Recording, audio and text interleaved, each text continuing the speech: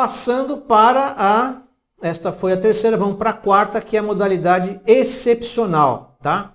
Também é uma adesão disponível, né? É uma modalidade de transação que está disponível, a adesão até 30 de setembro de 2021. Então, prazo 30 de setembro de 2021. Abrangência, qual que é a abrangência da modalidade de transação excepcional? Quarta modalidade que a gente está falando aqui. Abrange débitos inscritos em dívida ativa da União, portanto, somente junto à PGFN, com valor de até 150 milhões de reais. Então, se a empresa tem o contribuinte, de modo geral, o contribuinte devedor, né, tem uma dívida de até 150 milhões de reais, ele tem o potencial de ingressar nessa modalidade excepcional.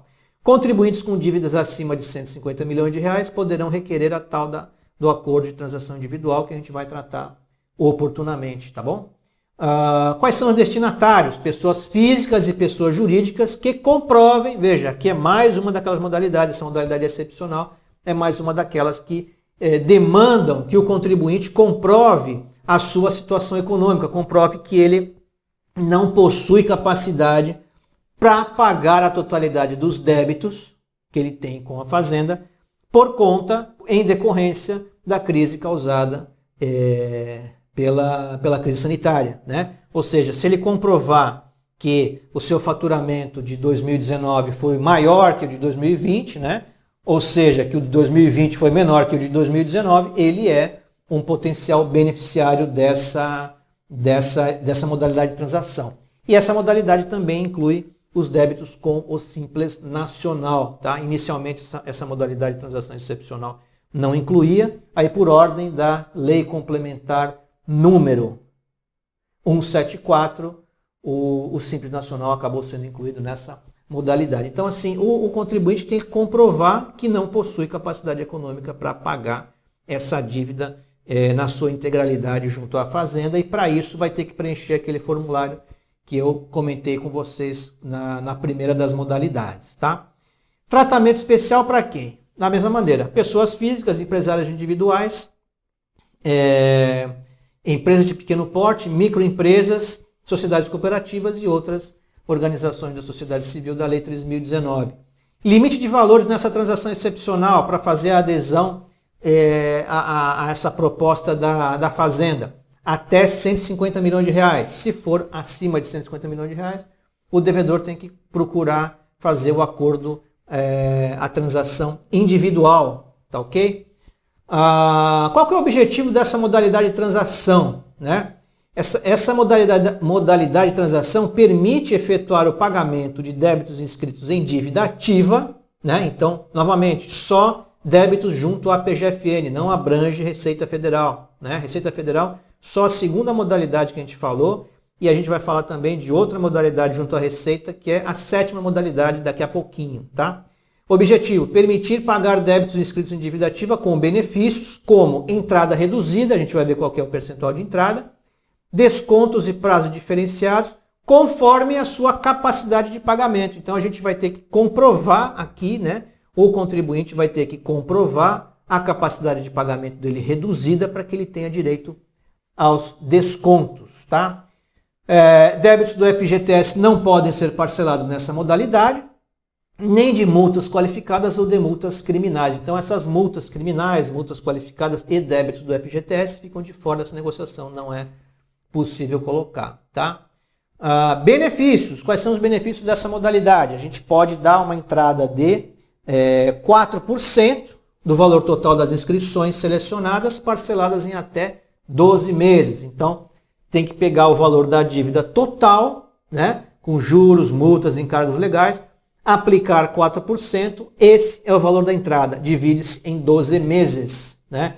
Então, uma dívida de 100 mil será 4 mil reais dividido em 12 meses. Tá? Eu estou fazendo esse cálculo aqui, que é um cálculo rápido, mas tem que observar o seguinte, o valor da parcela ou é 100 reais, o mínimo, ou é 500, vai depender de qual tipo de contribuinte que está fazendo a adesão. Então vocês vejam o seguinte, uma dívida de 100 mil, 4% é 4 mil, né? Dividido por 12, 4 mil dividido por 12, eu sou advogado, não sou matemático, tá? 4 mil dividido por 12 vai dar R$ 333 por mês. Se for uma pessoa física ou uma empresa de pequeno porte ou uma microempresa, vai estar dentro do limite que é de no mínimo R$ 100. Já se for uma empresa sem ser essas empresas qualificadas ou que não seja uma pessoa física, vai estar abaixo do limite e aí o valor da parcela será de no mínimo R$ 500. Então a gente tem entrada de 4% sobre o valor total das inscrições selecionadas, parceladas em até 12 meses. E como que é feita a divisão em parcelas, tá? Pessoa jurídica, pagamento do saldo restante dividido em até 72 meses. Vejam, aqui também evidencia-se aquele limite de 84, né? Se o valor da entrada vai ser pago em 12 vezes, 12 para 84, 72. Então, o limite máximo de parcelas aí vai ser de 72, tá? Com desconto de até 100% sobre os valores das multas, juros e encargos legais. Porém, respeitado o limite de 50% sobre o valor do débito total. Então, nada obstante, o desconto que possa ser concedido seja de até 100% dos valores dos juros, das multas e dos encargos legais. Se o desconto aplicado de 100% sobre esses 3 encargos for resultante em algo superior a 50% do valor total do débito, limita-se o desconto a esse 50% sobre o valor total do débito. Então, o desconto nunca será superior a 50%, tá? O desconto nunca será superior a 50% sobre o valor total do débito, tá? A parcela mínima de R$ 500. Se for pessoa física e aquelas demais outras pessoas jurídicas qualificadas, 4% do valor total das inscrições de entrada, 4% sobre o valor total das inscrições selecionadas, dividido em 12 prestações, também mesma coisa, não muda, tá? E o restante dividido em até 133%, e o restante dividido em até 133 parcelas, né? Aí vejam novamente, 12 parcelas da entrada mais 133 do saldo, vai dar 145. Com descontos de até 100% sobre juros, multas e encargos legais, porém limitado a 70% do valor total da dívida, né? Então, enquanto nas demais empresas o limite de desconto é 50%, quando se tratar de pessoa física, quando se tratar de empresa de pequeno porte e microempresa, o desconto será de até 70%, né? Limitado a 70%. E o valor da parcela mínima, R$ 100, tá? E aqui tem uma outra regra, né, que também tem que ser aqui enfatizada, que é o seguinte: cada parcela será determinada pelo maior valor entre 1% da receita bruta do mês imediatamente anterior e o valor correspondente à divisão do valor consolidado pela quantidade de prestações solicitadas. Ou seja, em outras palavras, qual que será o valor da parcela mínima nesses casos? É 133 avos, é 1,81 avos, ou é o percentual de 1% sobre o valor da receita bruta do mês imediatamente anterior, o que for maior, né? Então, se no caso de um parcelamento em 133 meses já ficar estabelecido que o valor da parcela é de R$ 800, vamos dizer assim, vamos colocar R$ 1.000, né? Então, o valor do saldo vai ser parcelado em parcelas de R$ 1.000, cada uma, né? Todo mês R$ 1.000. Porém, em um determinado mês, aquela empresa faturou, aquela empresa teve receita bruta de R$ 200 mil, né? R$ 200 mil. R$ 200 mil, 1% sobre R$ 200 mil vai dar R$ 2.000. Portanto, o valor da parcela será de R$ 2.000. Por quê? Porque prevalece, né, o valor maior entre a aplicação de 1% sobre a receita bruta do mês anterior e o valor já definido de prestação. Se a prestação é de R$ 1.000 e 2% da receita bruta equivale a R$ 2.000, deverá ser paga uma parcela de R$ 2.000. E para cada preenchimento de DARF mensal no sistema da Fazenda Nacional, haverá um campo para que o contribuinte informe qual foi o valor da receita bruta do mês imediatamente anterior, tá? Para quê? Para que o sistema já faça o cálculo do valor da parcela de acordo com aquilo que o contribuinte informou. Tá? Ah, mas então eu vou informar que minha receita foi zero, assim não vai mudar a minha parcela. Tá, informa, faz isso. Né? Por quê? Porque não é só aí que você vai informar o valor da sua receita bruta. Tem inúmeros outros documentos eletrônicos que são base para a informação desse faturamento dessa receita bruta. Então tem SPED fiscal, tem IFD e tem mais milhares outros de documentos, né? O sistema do Simples Nacional, o DAS, DAS, né? Declaração de Apuração do Simples, que você vai ter que informar também. Então não adianta mentir, né? Porque se você colocar uma receita ali que não é a verdadeira, a Fazenda vai encontrar e isso vai causar o rompimento do acordo. Então, já de antemão, oriento vocês que não façam isso, tá bom? Débitos previdenciários, novamente, né? Toda vez vou ter que falar a mesma coisa, porque eu anotei aqui para enfatizar. Débitos previdenciários, o parcelamento será de no máximo em 48 meses, né? Mais os 12 da entrada vai dar 60, que é o limite, tá?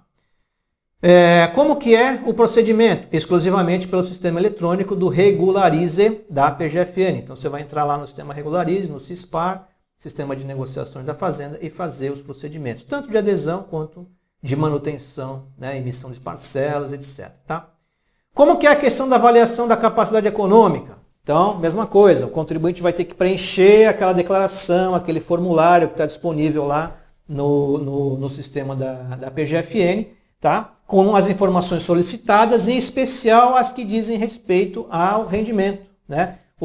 As informações que dizem respeito à receita apurada pelaquela empresa, e vai assumir uma série de compromissos que estão lá estabelecidos de que aquela informação é verídica, sob as penas da lei, aquela coisa toda. Tá? Após o preenchimento da declaração, o contribuinte já tem acesso às informações da sua capacidade econômica e de qual será o percentual que será aplicado para ele para fins de redução de juros, multas e encargo legal. Tá?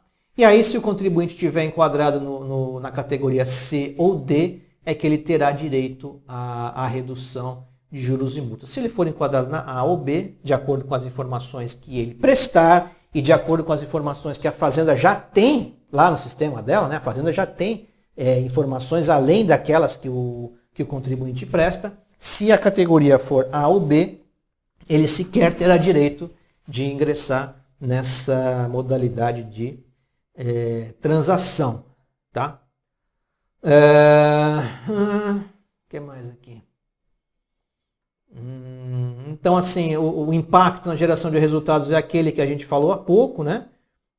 Que é a redução em qualquer percentual da soma da receita bruta de 2020 em relação à de 2019. Então, se ele teve uma receita bruta menor em 2020 em relação a 2019, é provável que ele tenha uma redução dos encargos, tá? E por último, legislação aplicável, a portaria 18731, tá? Que estabelece as condições para a transação excepcional de débitos do Simples, tá? Então tem uma portaria que é específica para transação excepcional de débito do Simples. A Lei Complementar 174, que foi a lei que autorizou a extinção de obrigações do Simples mediante a celebração de transação. A portaria 14.402, que trouxe a transação excepcional ao mundo jurídico. Portaria PGFN 9917, que é o regulamento geral das transações no âmbito da dívida ativa. E a Lei 13.988 e o Código Tributário Nacional. Tá? Então essa foi a transação excepcional.